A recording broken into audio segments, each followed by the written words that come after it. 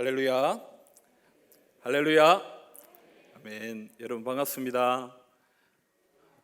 반갑습니까? 예. 2018년 10월에 제3영도교회 담임 목사를 부임을 했습니다. 그래서 삼영도교회에 와서 우리 영도 지역에 대한 이야기를 많이 듣고요. 특별히 이 영도 지역 안에 교회가 어떻게 생성되었나, 어떻게 세워지게 되었나 그 역사를 보면서 제1영도교회에 꼭 한번 오고 싶었습니다. 그런데 오늘 하나님께서 은혜를 주셔서 오늘 이렇게 여러분들을 만나게 되어서 참 감사하고, 제가 은혜가 되고 제가 감사하고 그렇습니다. 우리 옆에 계신 분들 한번 인사 한번 나누실까요? 우리 옆에 계신 분들 우리 사랑으로 한번 인사합시다. 사랑하고 축복합니다. 예. 자, 우리 앞뒤로도 한번 인사하실까요? 사랑하고 축복합니다. 예.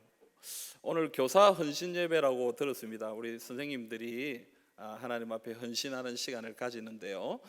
저는 오늘 우리 선생님들에게 말씀 전하기 전에 한 두 가지 정도만 좀 전해드리고 싶은 말씀이 있습니다. 첫째는 우리 선생님들이 참 수고가 많으시다. 정말 수고 많이 하십니다. 제가 그 인사를 꼭 전하고 싶습니다. 아이들 참 힘들잖아요. 아이들 가르친 특별히 믿음 교육, 신앙 교육하는 것 참 쉽지가 않은데요. 이 어려운 일을 우리 선생님들이 감당하고 계신다라는 것이 정말 수고 많이 하신다, 이렇게 칭찬해 드리고 싶습니다. 특별히 이번에 이 코로나19 이 사태가 일어나면서 정말 교육하기 너무너무 어렵습니다. 예전보다도 더 힘들고 어려운 상황을 지금 당한 그런 가운데 있는데, 그런 가운데서도 우리 선생님들이 지금 열정을 가지고 정성을 다해 우리 아이들을 가르치고 계신다. 이거 참 대단한 일이다. 정말 수고 많이 하신다. 그렇게 칭찬해 드리고 격려해 드리고 싶습니다. 두 번째로 여러분들에게 좀 드리고 싶은 말씀은, 그럼에도 불구하고 어렵고 힘든 상황과 형편 가운데 있음에도 불구하고 믿음과 소망을 가지고 끝까지 달려가시기를 간절히 바랍니다. 우리 아이들의 현실을 볼 때 저 아이들이 뭐 어떻게 되겠나, 어떤 변화가 일어나겠는가, 어떤 특별한 일이 일어나겠는가, 때로는 염려도 되고 걱정도 되고 참 뭐 여러 가지 마음이 들 때가 있지만, 그러나 여러분 하나님 살아계십니다. 아멘입니까? 여러분 하나님 살아계십니다. 어떤 상황 가운데서도 하나님이 역사하는 줄 믿습니다. 그러므로 여러분 우리 선생님들 끝까지 믿음과 소망을 가지고 주님 앞에 나아가시기를 주님의 이름으로 축복합니다. 오늘 이 헌신 예배가 있고 난 뒤에 교사 대학을 가지신다고 들었습니다. 그래서 여러분 앞으로 우리 선생님들이 이 교사 대학을 통해서 더 많이 훈련 받으시리라 생각합니다. 그래서 오늘 저는 여러분들과 딱 한 가지만 좀 나누고 싶습니다. 오늘 여러분들과 함께 나누고 싶은 것은 꿈, 우리가 가졌으면 좋겠다 싶은 이 소망, 이것에 대한 이야기입니다. 우리 자신이, 그리고 우리가 섬기는 교육부서, 그리고 우리 아이들이 어떻게 되었으면 좋겠느냐 하는 이 꿈 하나를 좀 가지고 주님 앞에 나아가는 시간이 되었으면 좋겠다 싶어요. 그래서 이 꿈에 대해서 여러분과 함께 말씀을 나누겠습니다. 여러분 오늘 우리가 읽은 이 본문은요, 어떤 내용입니까? 사무엘이 드디어 하나님의 선지자로 부름을 받는, 그리고 선지자로 세워지는 그런 내용이 말씀 가운데 나오고 있습니다. 오늘 19절 말씀해 보시면 그의 말이 하나도 땅에 떨어지지 않게 하신다. 이 말은 뭡니까? 하나님께서 사무엘의 말이 다 이루어지게 하신다는 얘기예요. 그러니까 여러분 사무엘이 하는 말마다 하나님이 다 응답해 주시고 역사하시고, 그래서 사람들이 이 사무엘을 볼 때 이 사무엘은 그냥 보통의 사람이 아니구나, 하나님이 세우신 선지자구나, 하나님의 일꾼이구나, 하나님께서 사무엘을 붙드셨구나, 사무엘을 통해 역사하시는구나, 그것을 알게 되었다라고 오늘 본문에 이야기하고 있습니다. 그런데 여러분 오늘 우리가 읽은 본문 3장 뒤에 나오는 4장을 보면 어떤 이야기가 나오냐면요, 그동안 이 이스라엘을 다스리고 이스라엘을 지도하던 엘리 제사장, 그리고 엘리 제사장의 아들들이 어떤 결말을 맞이하는가, 그 이야기도 나오고 있습니다. 여러분 3장에서는 사무엘이 하나님의 일꾼으로 세워지죠. 하나님의 선지자로 세워져서 사람들 앞에 인정받는 장면이 나옵니다. 근데 4장에서는요, 지금까지 이스라엘을 다스리던 제사장, 그리고 그 제사장의 아들들이 멸망당하는 그런 모습이 나온다는 얘기예요. 무슨 말입니까 여러분? 하나님께 사용되는 사람이 있는가 하면 하나님께 버림받는 사람이 있는 거예요. 하나님의 일꾼으로 세워지는 사람이 있는가 하면은 하나님께 사용되지 못하는 사람들이 있다는 것을 오늘 본문이 이야기해 주고 있습니다. 여러분, 저는 고신대 신학과를 나왔습니다. 대학을 다닐 때에 보통은 우리 남자들이 한 1학년, 2학년쯤 되면은 군대를 가는데, 저는 뭐 좀 사정이 있어서 하나님께서 또 그렇게 인도하셔서 군대를 바로 가지 않고 4년, 4학년 마치고 군대를 갔습니다. 신학대학원 입학해 놓고 그렇게 군대를 갔는데요, 군대를 가기 전에 참 하나님께서 저에게 특별한 은혜를 주셔서 4학년 때 그리고 군대 가기 한 6개월 정도를 참 하나님 앞에 교회에 나와서 기도하는 시간을 가질 수 있도록 은혜를 주셨어요. 철야를 할 수 있도록. 그때는 철야 많이 했지 않습니까, 여러분? 이 장의자에 나와가지고 밤에 나와서 엎드려 기도하고 막 이렇게 했던 기억이 있습니다. 그런데 여러분, 하나님 앞에 매일 나와서 어머니하고 할머니하고 같이 이렇게 나와서 이 철야를 하는데, 어느 날은 어머니 할머니가 다 일이 있으셔서 너만 가라 이렇게 얘기하더라고요. 그래서 저 혼자 올라갔습니다. 교회당에 올라가서 이게 장의자에 앉아가지고, 또 아무도 없는 교회당에 앉아가지고 제가 하나님 앞에 이렇게 기도하는데, 제 마음에 하나님께서 감동을 주세요. 어떤 감동을 주시냐면, 야 기철아, 너는 소원이 뭐냐? 이런 감동을 주시는 거예요. 너는 앞으로 어떻게 됐으면 좋겠냐? 어떤 기대와 소망이 있느냐? 그런 마음을 주시는 거예요. 근데 여러분, 기도하다가 갑자기 생각해 보니까 별로 소원이 없어요.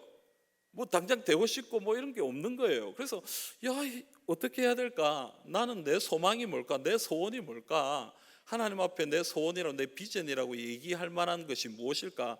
그날 밤에 그걸 가지고 고민을 하면서 하나님 앞에 기도했어요. 하나님, 내 꿈이 뭡니까? 내 소원이 뭡니까? 내 비전이 뭡니까?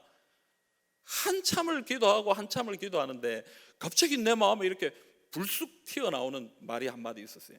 그게 뭐냐면 이거예요. 하나님, 저를 한번 사용해 주세요. 하나님, 어떻게 사용하는지는 모르겠지만, 어떻게 사용되는지는 잘 모르겠지만, 하나님 저를 한번 하나님 손에 붙드셔서 주님의 일꾼으로 한번 사용하여 주시옵소서.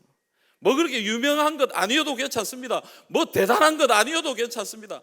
그러나 하나님께 한번 사용되게 해주십시오. 하나님이 사용하시는 일꾼이 되기를 원합니다. 여러분, 저는 지금도 기도합니다. 하나님, 저를 사용하여 주시옵소서. 저는 부족하고 연약하지만 하나님, 저를 사용하여 주시옵소서. 오늘 또 계속 기도합니다. 여러분, 이 소망이 저뿐만 아니라 오늘 이 자리에 계신 우리 모든 성도님들의 소망이 되기를 간절히 소망합니다. 또한 우리 선생님들의 꿈이 되기를 바랍니다. 하나님, 우리 아이들 한번 사용하여 주시옵소서. 우리가 볼 때는 참 부족하고 연약하고 보잘것없는 아이들 같지만, 그러나 하나님, 우리 아이들 한번 사용해 주시옵소서. 주님의 일꾼으로 한번 사용하여 주시옵소서. 여러분, 이 소원을 가지고, 이 꿈을 가지고 주님 앞에 기도하시는 우리 모든 성도님들과 또 모든 교사들 되시기를 주님의 이름으로 기원합니다. 근데 여러분, 우리가 이 하나님께 사용된다라는 것을 생각할 때에 때로는 좀 우리가 실수하는 것이 있습니다. 그게 뭐냐면요, 우리가 세상적 기준으로, 외형적 기준으로 이 하나님께 사용된다는 걸 판단할 때가 참 있습니다. 어떤 때 그런 이야기를 해요. 어떤 친구가 대학을 갔답니다. 그리고 대학을 갔는데 이름을 들으면 모든 사람이 알만한 그런 유명 대학에 간 거예요. 그리고 어떤 친구가 그 유명한 대학을 졸업하고 우리가 얘기하면 이름을 알만한 그런 대기업에 취업을 했답니다. 우리 성도님들이 그렇게 얘기하는 거예요. 야, 복 받았다. 하나님 은혜 주셨다. 참 하나님께서 저 친구에게 은혜 주셨구나. 하나님이 복을 주셨구나. 이렇게 얘기해요. 여러분, 저는요, 우리 아이들을 가르치면서 그 얘기가 때로는 마음의 상처가 될 때가 있더라고요. 무슨 얘기냐면 여러분, 유명한 대학에 가야 하나님 은혜 받은 것입니까? 큰 기업에, 대기업에 취직을 하고 뭔가 우리가 보기에 그럴듯한 삶을 살아야, 그래야 하나님이 복을 주시고 하나님이 들어 사용하시는 그런 은혜를 얻은 사람이다라고 인정받는 것입니까? 저는 그렇지 않다고 생각해요. 이름 없이 빛도 없이 주님 앞에 사용된 사람들도 있잖아요. 여러분, 정말 아무 가치 없이, 어떻게 보면 정말 무가치하게 생명을 잃어버린 그런 주님의 종들도 있거든요. 여러분, 하나님 앞에 사용된다는 것은 우리가 생각하는 그런 세상적인 것, 외형적인 것, 그런 거하고 좀 다른 것 같아요. 좀 보잘것없어도, 좀 부족하고 아름답지 못해도, 좀 유명하지 못해도 하나님이 사용하시는 일들이 있습니다. 그래서 여러분, 저는 이 세상의 기준을 가지고 우리 아이들을 바라볼 것이 아니라 하나님의 마음으로 우리 아이들을 좀 바라봤으면 좋겠어요. 우리 아이들이 하나님께 사용됐으면 좋겠다. 그렇게 하나님 앞에 사용되었으면 좋겠다. 하나님, 우리 아이들을 한번 사용하여 주시옵소서. 여러분, 우리 선생님들이 이 소원을 가지고 주님 앞에 나아갈 수 있기를 간절히 소망합니다. 근데 여러분, 이 하나님께서 사용하는 사람과 하나님께서 사용하지 않는 사람의 차이가 무엇이냐? 하나님께서 사용하시는 사람은 어떤 사람입니까? 오늘 우리가 읽은 본문의 말씀, 우리 성경이 다 있으시니까요, 우리 21절 우리 한번 같이 한번 읽어볼까요? 21절 말씀을 같이 한번 읽겠습니다. 여호와께서 실로에서 다시 나타나시되 여호와께서 실로에서 여호와의 말씀으로 사무엘에게 자기를 나타내시니라. 아멘. 여러분, 하나님이 사용하시는 사람은 어떤 사람이냐? 저는 하나님의 말씀이 임하는 사람이다 라고 얘기하고 싶습니다. 여러분, 오늘 사무엘을 향해 뭐라고 얘기합니까? 하나님이 사무엘에게 나타나셨다 이렇게 얘기합니다. 그리고 여호와의 말씀으로 자기를 나타내셨다 이렇게 얘기해요. 여러분, 하나님이 사무엘에게 나타나셔서 말씀하셨다는 거예요. 이 말씀이 임함으로 인해서, 이 말씀이 사무엘에게 있음으로 인해서 사무엘은 하나님의 일꾼으로 세워진 것이에요. 여러분, 3장 앞부분을 보면요, 아직 어린 사무엘에 대한 이야기가 나오는데요, 이 엘리 제사장을 섬기고 있을 때에 하나님이 이 사무엘을 부릅니다. 근데 그때는 사실 좀 영적으로 어두운 때였습니다. 그래서 사무엘이 지금 무슨 일이 일어나는지 잘 몰랐습니다. 그때는 영적으로 좀 어둡고 영적으로 좀 아둔한 그런 때여서 하나님의 말씀이 희귀하고 이상이 흔히 보이지 않던 그런 때였기 때문에 사무엘이 하나님이 사무엘아 사무엘아 부르시는 그 음성을 들었을 때에 이게 하나님의 음성이다라고 생각하지 못했어요. 그래서 누구한테 달려갔습니까? 엘리에게 달려갔습니다. 부르셨습니까? 엘리가 아니 나는 부르지 않았다. 다시 돌아갔습니다. 그런데 또 사무엘아 사무엘아 하는 거예요. 또 엘리 제사장이 뛰어갔습니다. 부르셨습니까? 아니야. 왜 자꾸 그러냐? 또 돌아갔습니다. 그런데 세 번째 왔을 때 엘리가 생각한 거예요. 이거 뭐 좀 이상하다. 이거 뭐 좀 특별한 일 아닌가? 그래서 사무엘에게 얘기합니다. 또 누가 부르시거든, 하나님 부르시거든, 주의 종이 듣겠습니다. 주님, 제가 여기 있습니다. 주의 종이 듣겠습니다. 그렇게 얘기해라. 이렇게 얘기하는 것입니다. 여러분, 우리 성경 보시고 3장 10절 한번 보실까요? 사무엘상 3장 10절 우리 성경 보시면서 한번 읽겠습니다. 여호와께서 임하여 서서 전과 같이 사무엘아 사무엘아 부르시는지라. 사무엘이 이르되 말씀하옵소서, 주의 종이 듣겠나이다 하니. 아멘. 여러분, 하나님이 부르셨습니다. 사무엘아 사무엘아. 이 사무엘이 엘리 제사장의 말을 듣고는 예, 제가 여기 있습니다. 주의 종이 듣겠습니다. 말씀하십시오. 여러분, 주님의 말씀이 사무엘에게 임했습니다. 엘리 제사장의 가정에 어떤 일이 일어날 것인지, 하나님께서 어떤 징계를 내리실 것인지를 이 사무엘에게 가르쳐 주셨습니다. 여러분, 이 말씀이 사무엘에게 임함을 통하여 그때부터 사무엘이 어떻게 됩니까? 하나님의 종으로 세움을 받는 것입니다. 하나님의 일꾼으로 세움을 받는 것입니다. 지금까지는 어린 그런 종, 어린 일꾼 그것밖에는 아니었지만 하나님의 말씀이 그에게 임함을 통하여 그는 더 이상 보통의 사람이 아니라 하나님의 선지자가 되는 것이고 하나님의 일꾼이 되는 것이고 하나님께 사용되는 그런 사람이 되었다라는 것이에요. 여러분, 이런 말씀은 성경에 참 많이도 나옵니다. 창세기 12장에 하나님의 말씀이 아브라함에게 임했습니다. 내 본토 친척 아비 집을 떠나서 내가 내게 지시할 땅으로 가라 라고 말씀하신 그 말씀이 아브라함에게 임할 때에 그 말씀을 통하여 믿음의 조상이 되는 믿음의 삶이 시작되었습니다. 여러분, 출애굽기 3장에 불타는 나무 그 안에서, 그 가운데서 하나님이 이 모세에게 말씀하십니다. 야, 너는 지금 애굽에 가서 이스라엘 백성들을 인도하여 가나안 땅으로 가라. 내가 너를 그렇게 사용할 것이다. 하나님의 말씀이 그에게 임했습니다. 그 말씀이 임하자 모세는 하나님의 종이 되었습니다.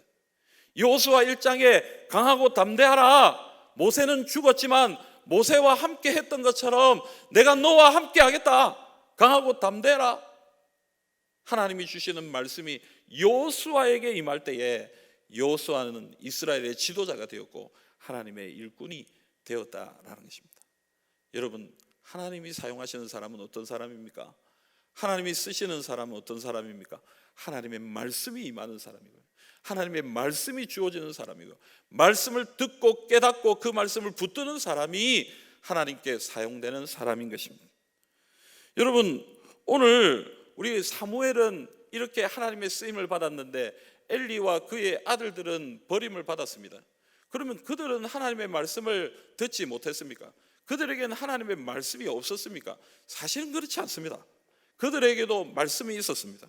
사무엘상 2장 22절부터 25절에 보면 엘리가 그의 아들들을 불러서 이야기하는 장면이 나옵니다.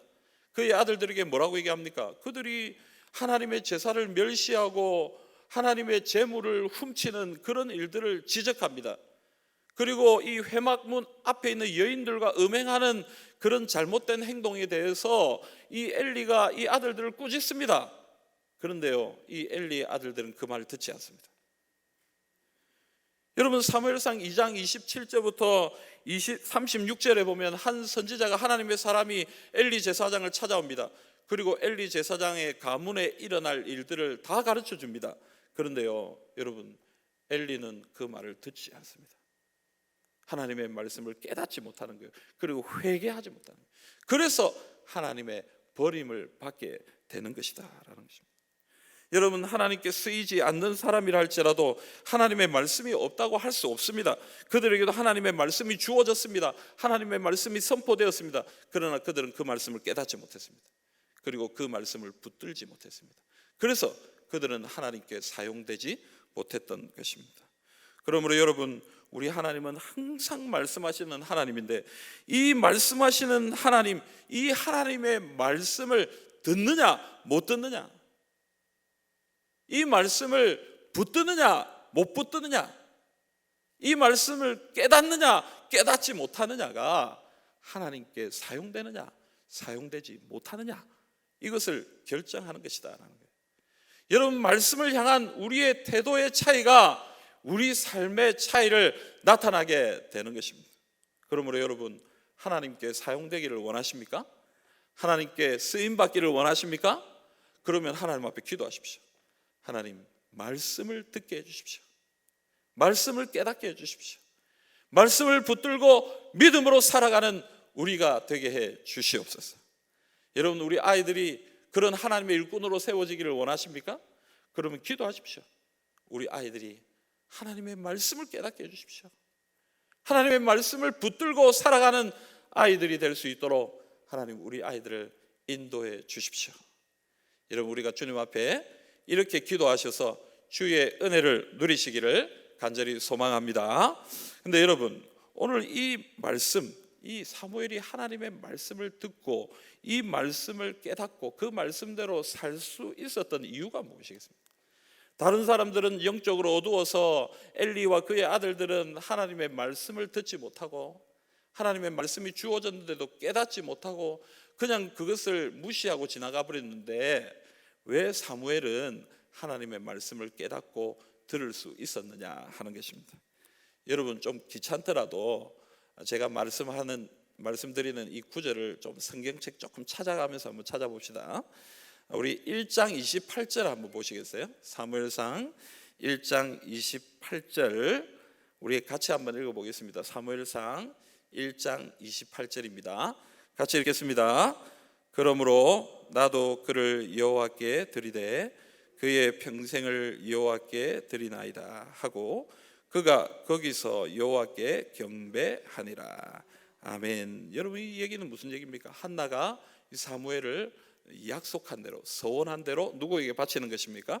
하나님 앞에 드리는 것입니다. 그래서 이 아이가 하나님 평생 하나님 앞에 드려질 것이다 하고 하나님을 드리는 장면이 나옵니다. 그리고 2장 11절 한번 보시겠어요? 2장 11절입니다. 2장 11절 제가 뒷부분만 조금 읽겠습니다. 그 아이는 제사장 엘리 앞에서 여호와를 섬기니라, 이렇게 얘기합니다. 18절 한번 보시죠. 18절, 2장 18절입니다. 사무엘은 어렸을 때에 세마포 에봇을 입고 여호와 앞에 섬겼더라. 21절 말씀 한번 보실까요? 21절, 그 바로 밑에 21절 그 마지막에 보면 아이 사무엘은 여호와 앞에서 자라니라. 26절 한번 보겠습니다. 26절, 아이 사무엘이 점점 자라매 여호와와 사람들에게 은총을 더욱 받더라. 자, 그다음 마지막으로 우리 3장 3절 우리 한번 읽읍시다. 3장 3절. 우리 3절은 우리 다 같이 한번 읽어보겠습니다. 3장 3절 시작. 하나님의 등불은 아직 꺼지지 아니하였으며 사무엘은 하나님의 궤에 있는 여호와의 전 안에 누웠더니. 아멘. 여러분, 제가 이 구절들을 왜 읽자라고 한번 살펴보자라고 했겠습니까? 이유를 아시겠습니까? 어떻게 사무엘이 하나님의 말씀을 그렇게 잘 듣고 깨닫고 붙들 수 있었을까요? 한나는 사무엘을 하나님 앞에 드렸습니다. 그래서 엘리 제사장을 섬기는 자리에 사무엘이 세워져 있었습니다. 그래서 방금 우리가 읽은 말씀을 쭉 읽어보면 사무엘은 어디에 있었습니까? 여호와의 전, 회막, 하나님을 섬기는 자리, 하나님 앞에 늘 있었던 것을 알 수가 있습니다. 어린 아이였지만, 어린 사람이었지만 그는 늘 어디에 있었습니까? 하나님 앞에 있었습니다. 하나님을 섬기는 자리에 있었습니다. 물론 그의 어머니가 사무엘을 하나님 앞에 바쳤기 때문에 거기에 있을 수밖에 없었을 것입니다. 그러나 사무엘은 항상 어떻게 했습니까? 하나님 앞에 있었습니다. 하나님 앞에서 하나님을 섬기고 하나님을 예배하고 하나님이 주시는 은혜를 받고 그렇게 섬기면서 자신의 인생을 살았다라는 것입니다. 여러분, 여호와 앞에 있었다, 여호와 앞에 있었다라는 것이, 하나님 앞에 있었다는 것이 참 중요합니다. 사람이 어디에 있느냐, 사람이 어디에 참 자주 있느냐, 여기에 따라 우리의 삶이 결정되는 것 같아요. 하나님 앞에 있는 인생은 하나님의 말씀을 듣게 됩니다. 하나님 앞에 있는 사람은 하나님의 말씀을 깨닫게 됩니다. 하나님의 은혜를 누리게 됩니다. 그래서 여러분, 저는 아이들을 가르치고 양육하는 일에 이것이 참 중요하다라고 생각합니다. 은혜를 주시는 분은 하나님입니다. 하나님이 주권적으로 만나주시고 은혜를 내려주십니다. 그러나 여러분, 은혜의 자리에 나가야 될 거 아니에요. 은혜의 자리에 있어야 되지 않겠습니까? 그 하나님 앞에 있어야 은혜를 받을 거 아닙니까? 하나님의 말씀이 선포되는 자리에 아이들이 있어야 하나님의 말씀을 듣고 깨달을 거 아닙니까? 거기에 있지 아니하면 언제 하나님의 말씀을 깨닫습니까?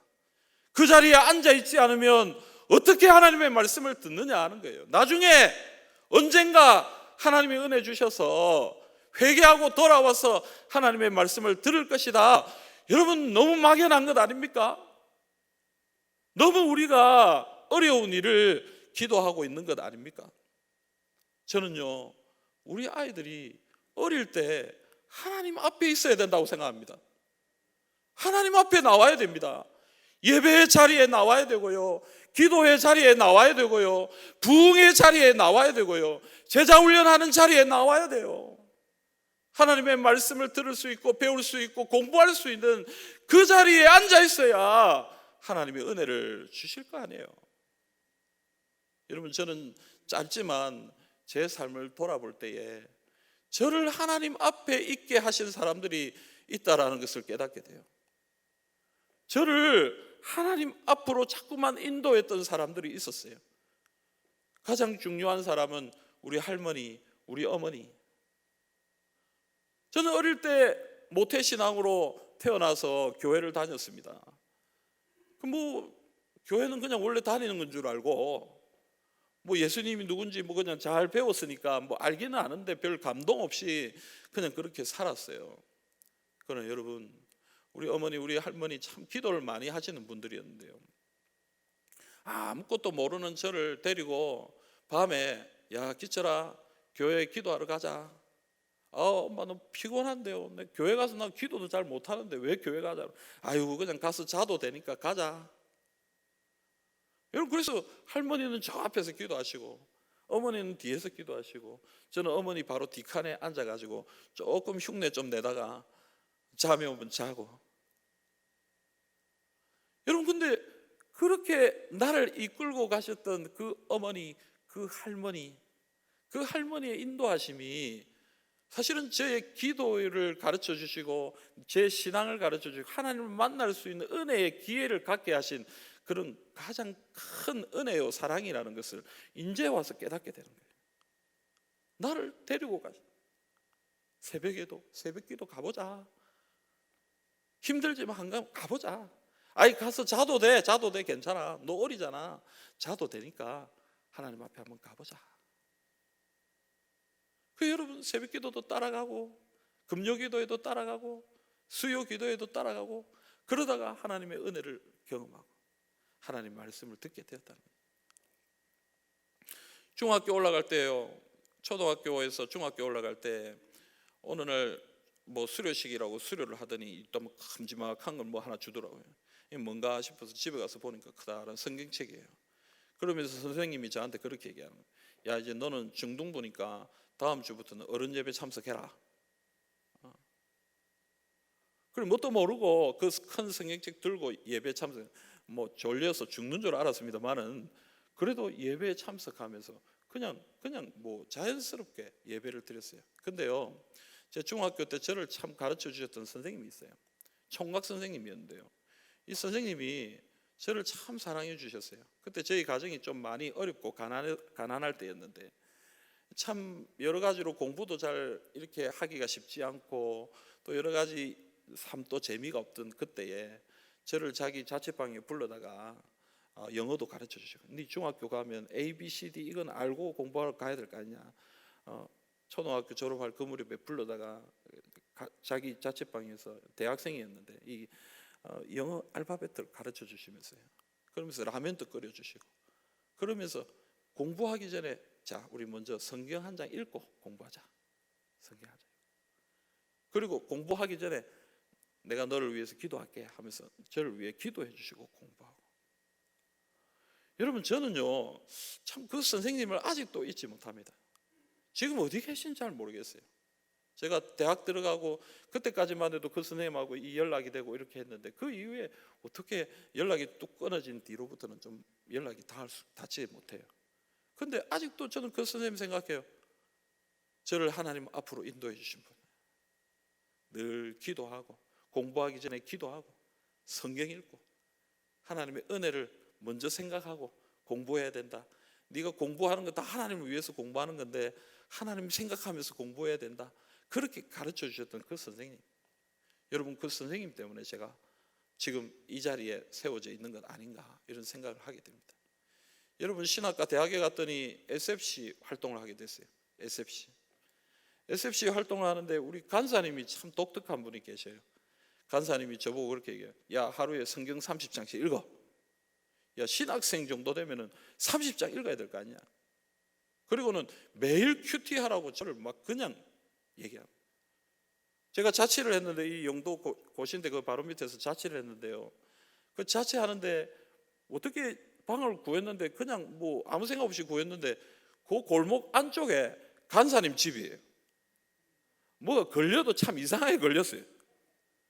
그래서 제가 이제 있으면 아침이 되면은 학교 가려고 막 준비하고 있으면 간사님이 하고 문을 두드려요. 그럼 문 열면 야 오늘 큐티 했나? 안 했는데요. 그럼 한 대 맞는 거예요. 야 큐티도 안 하고 아침밥을 먹었단 말이냐? 하나님의 말씀 묵상 안 하고 수업하러 가려고 준비하고 있냐?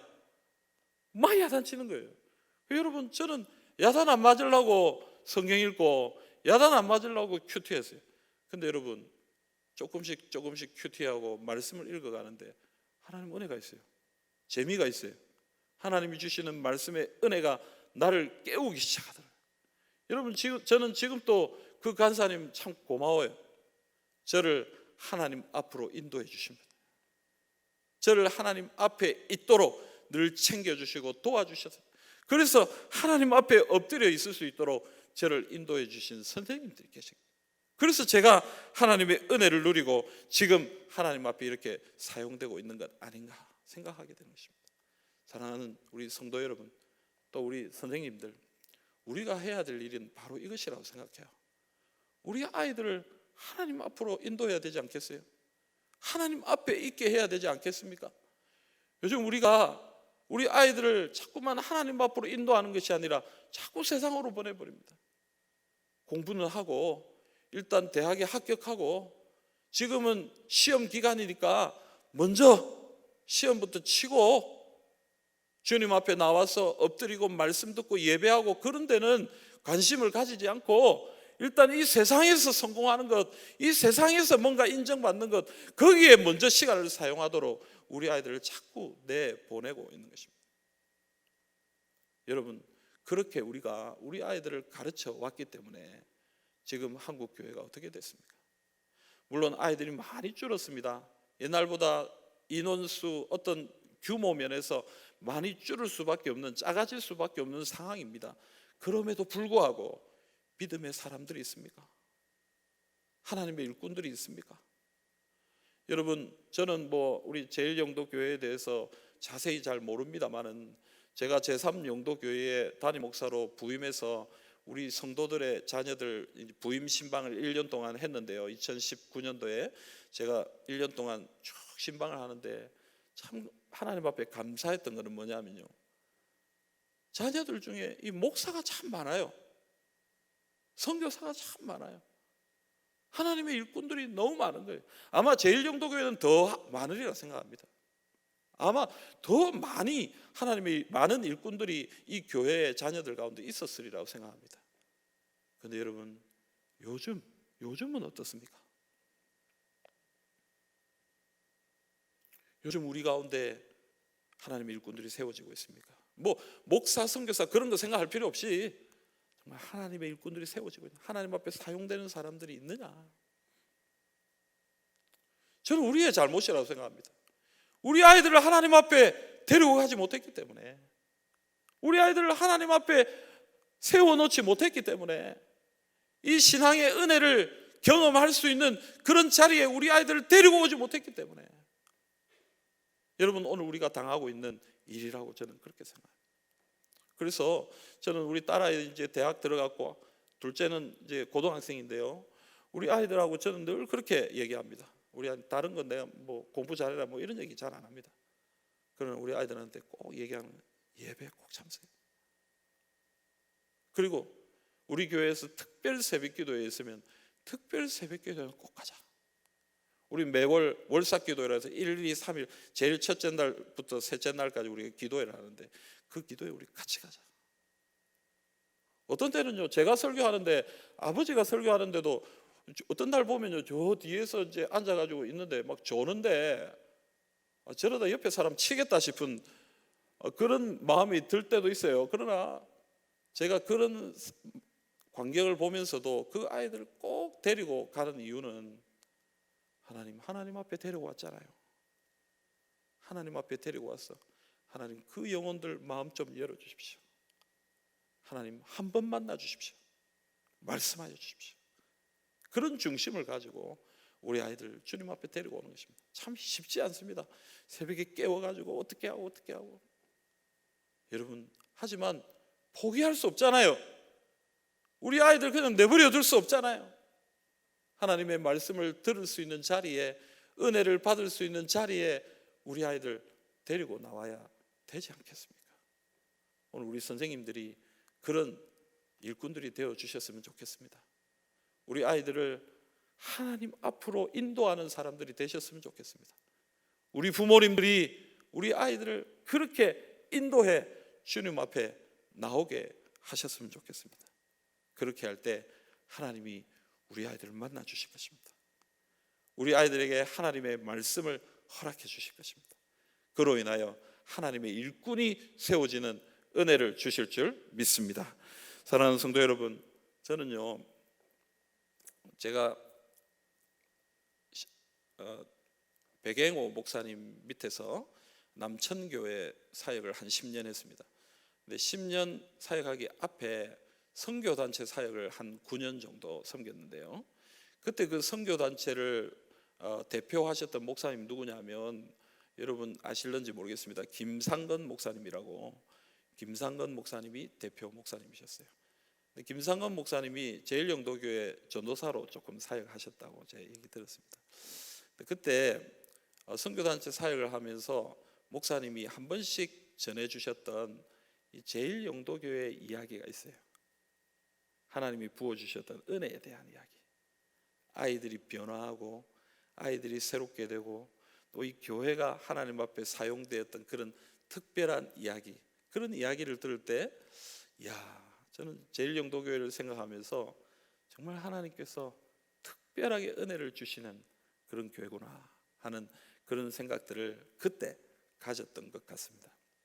그래, 여러분, 그 은혜, 그 놀라운 하나님의 역사의 전통과 역사를 가지고 계신 우리 제일영도교회, 저는 오늘 함께 말씀을 나누면서 그 역사가 앞으로도 쭉 이어지기를 간절히 소망합니다. 그 능력이 앞으로도 더 충만하게 나타나기를 소원하는 것입니다. 여러분, 어떻게 그것이 가능할까요? 저는 하나님의 일꾼들이 세워질 때에 그 일이 가능하다라고 생각합니다. 하나님의 일꾼들은 어떻게 세워지는 것일까요? 하나님 앞에, 주님 앞에 나와 엎드릴 때 하나님이 그들에게 말씀을 주시고 말씀의 은혜를 주시고 하나님의 일꾼들이 세워지게 되는 것입니다. 여러분, 우리가 할 일은 그거라고 생각해요. 하나님 앞으로 인도합시다. 하나님 앞으로 인도합시다. 그래서 하나님의 은혜를 얻을 수 있도록, 하나님의 능력을 경험할 수 있도록 우리가 이 일을 감당할 수 있기를 간절히 소망합니다. 사랑하는 성도 여러분, 또 우리 선생님들, 오늘 우리에게 주신 이 말씀을 굳게 붙들고 우리 사랑하는 자녀들을 하나님 앞으로 인도함을 통하여서 하나님의 은혜를 경험하고 하나님의 일꾼들이 세워지는 역사를 경험하시기를 우리 주님의 이름으로 기원합니다. 아멘.